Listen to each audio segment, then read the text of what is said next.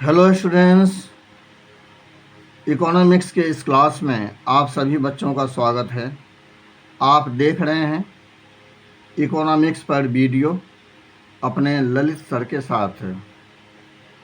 प्यारे बच्चों, आज का जो हमारा टॉपिक है, जो हम आपके लिए लेकर आए हैं, उसका नाम है बार्टर सिस्टम।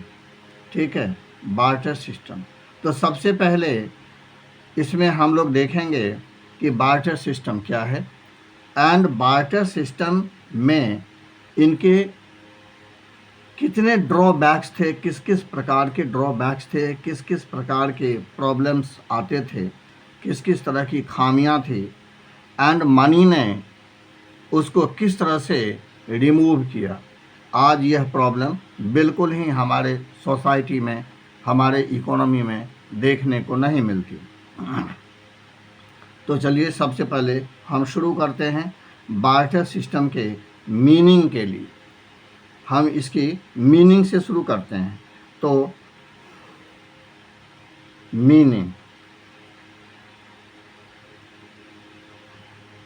ठीक है, मीनिंग बार्टर सिस्टम क्या है? What is barter system? मेरे प्यारे बच्चों, dear students, barter system is such a system of the society, is such a system of the economy in which goods are exchanged on behalf of goods. Therefore, this type of system is also called CC economy. CC economy. CC economy. Barter system को हम एक तरह से और इसको address करते हैं, जिसका नाम है सीसी इकोनॉमी।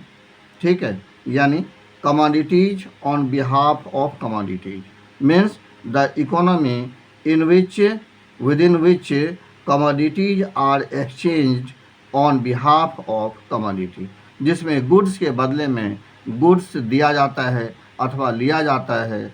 इसी का नाम है बार्टर सिस्टम अथवा इसी का नाम है सीसी इकोनॉमी। ठीक है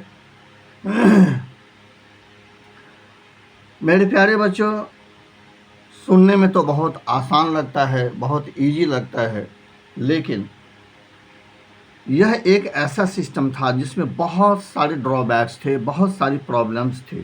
ठीक है, बहुत सारी दिक्कतें होती थी लोगों को। तो किस किस तरह की दिक्कतें उस समय के लोग फेस किया करते थे, आइए उस पर हम लोग प्रकाश डालते हैं, हम लोग लाइट थ्रो करते हैं, उसको देखते हैं। एंड साथ में हम ये भी देखेंगे कि मनी ने इस प्रॉब्लम को किस तरह से दूर कर दिया एंड इकोनॉमी को, सिस्टम को हम आपके लिए बिल्कुल ही ईजीएस्ट बना दिया। तो सबसे पहले हम इसका प्रॉब्लम्स उठाते हैं बार्टर सिस्टम का। यह प्रॉब्लम था lack of double coincidence. Lack of double coincidence. मेरे प्यारे बच्चों, सबसे पहले आप ये समझिए कि ये डबल कोइंसिडेंस क्या होता है। ये सब टर्म एक ऐसा टर्म है जो मल्टीपल चॉइस क्वेश्चन के लिए भी ये सेलेक्ट किए जाते हैं सीबीएसई बोर्ड के द्वारा। तो इन सभी टर्म्स को आप ध्यान से देखा करिए, सुना करिए। ठीक है, तो डबल कोइंसिडेंस का मतलब होता है a situation of the economy in which goods produced by any one person can satisfy the requirement of other, and in the same way goods produced by any of the other person can satisfy the wants of any one person.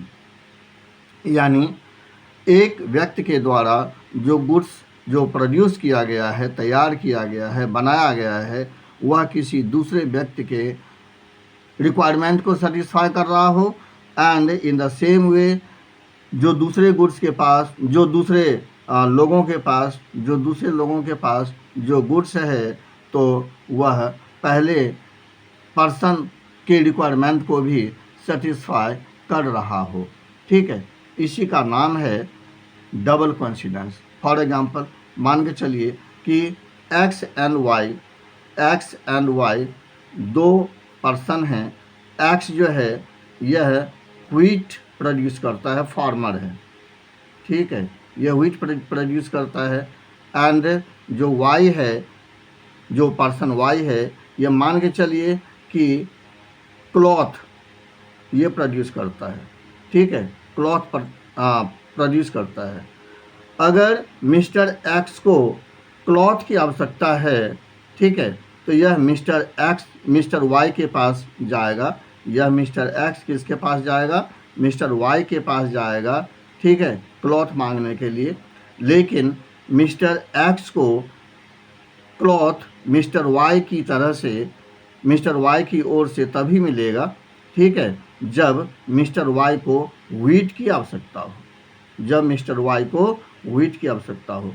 अगर mister Y को wheat की जगह अगर rice की आवश्यकता है, तो ऐसे में जो मिस्टर वाई है वह मिस्टर एक्स को क्लॉथ नहीं देगा, और इस तरह से मिस्टर एक्स को door to door, person to person भटकना पड़ेगा अपने गुड्स की सर्चिंग के लिए, ठीक है। और ये बहुत बड़ी प्रॉब्लम थी उस समय, ठीक है।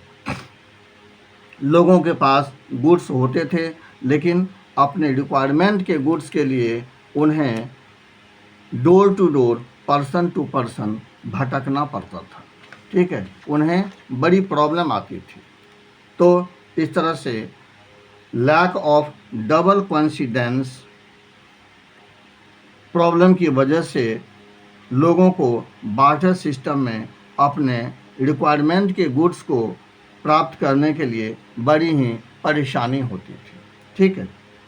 अच्छा, उसके बाद जो दूसरा जो प्रॉब्लम है, जो सेकंड जो प्रॉब्लम है बार्टर सिस्टम का, वह है आपका lack of unit of value.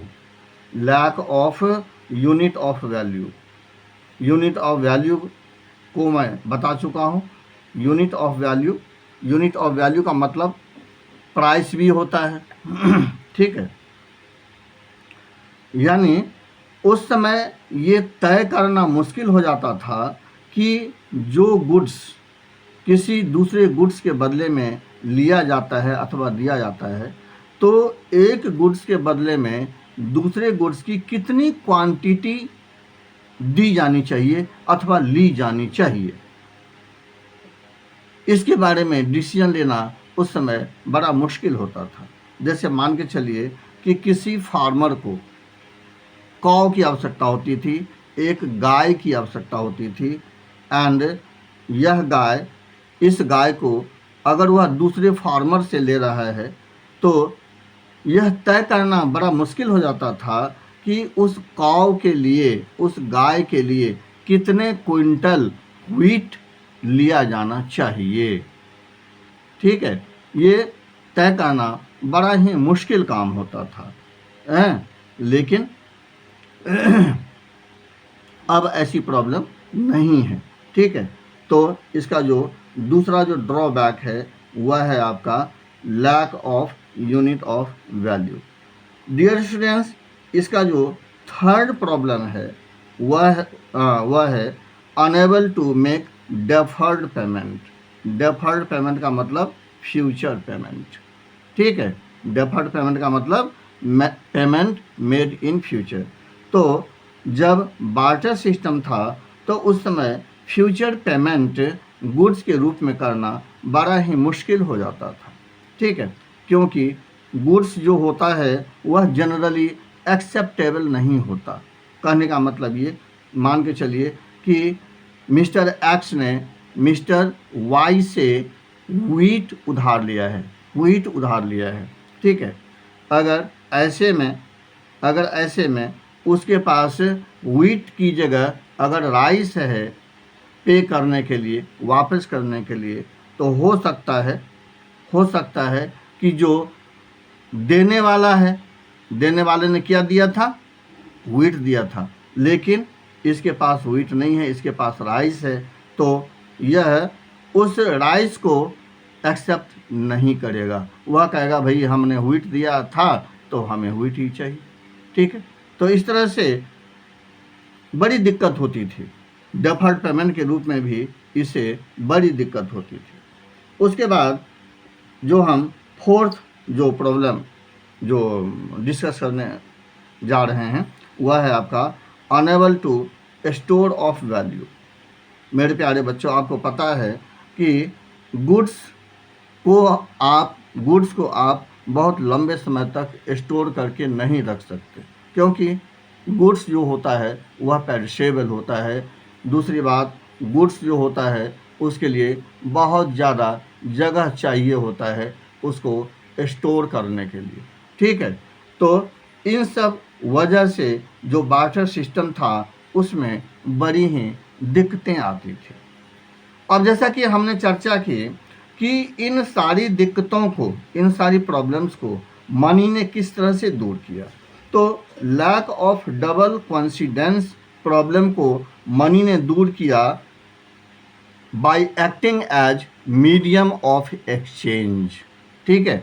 Means money removed the problem of lack of double coincidence found in barter system by acting as medium of exchange. आज क्या है, लोग पैसे लेकर के शॉप पे जाते हैं, दुकान पे जाते हैं एंड उसके बाद जो है तुरंत सामान अपना खरीद लाते हैं, ठीक है। तो आज जो है डबल कॉन्सिडेंस का कोई भी प्रॉब्लम है ही नहीं। जिस पर्सन के पास जो गुड्स है उसको सेल आउट किया, उससे उसको पैसे मिले एंड उसके बाद उसे जो गुड्स चाहिए बस तुरंत उसको परचेज कर लिया। तो इस तरह से by acting as medium of exchange money has removed the problem of lack of double coincidence found in barter system, ठीक है। उसके बाद है lack of unit of value. यह जो प्रॉब्लम थी तो इसको मनी ने किस तरह से दूर किया, इसको मनी ने दूर किया by acting as unit of value, by acting as unit of value,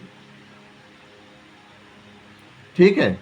आज हम जो कुछ भी गुड्स परचेज करते हैं तो उस पे प्राइस लिखा होता है, MRP लिखा होता है। हम उस MRP के अकॉर्डिंग प्राइस पे करते हैं एंड हमें वह गुड्स मिल जाता है, इसमें कोई दिक्कत नहीं होती है ठीक है। तो इस तरह से lack of unit of value का जो प्रॉब्लम था बार्टर सिस्टम में, तो उसको मनी ने किस तरह से दूर किया, by acting as unit of value, ठीक है। उसके बाद जो थर्ड प्रॉब्लम था डेफर्ड पेमेंट, तो इसे भी मनी ने दूर कर दिया, ठीक है।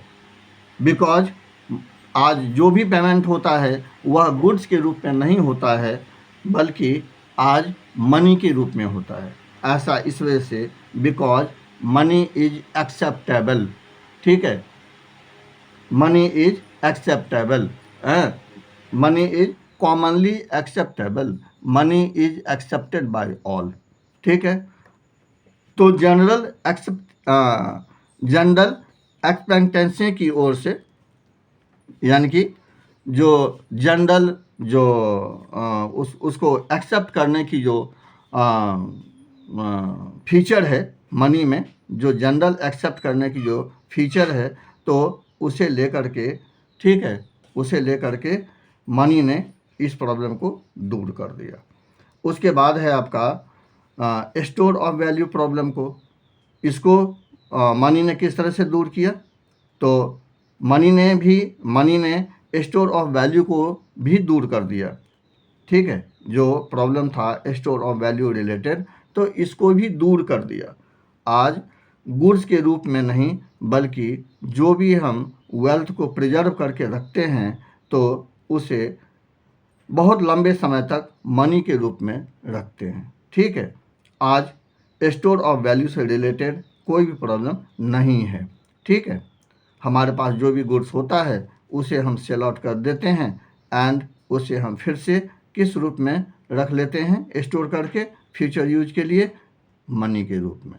तो इस तरह से मेरे प्यारे बच्चों, आपने बार्टर सिस्टम को समझा होगा, साथ में इसके प्रॉब्लम्स को भी समझा होगा एंड मनी ने इन प्रॉब्लम्स को कैसे दूर किया इसे भी आपने समझा होगा। ठीक है, उम्मीद करते हैं कि ये जितने भी वीडियो भेजे जा रहे हैं वो आपके लिए हेल्पफुल साबित हो रहा होगा। तो चलिए हम लोग मिलते हैं दूसरे वीडियो में। ठीक, till the time take care, thank you.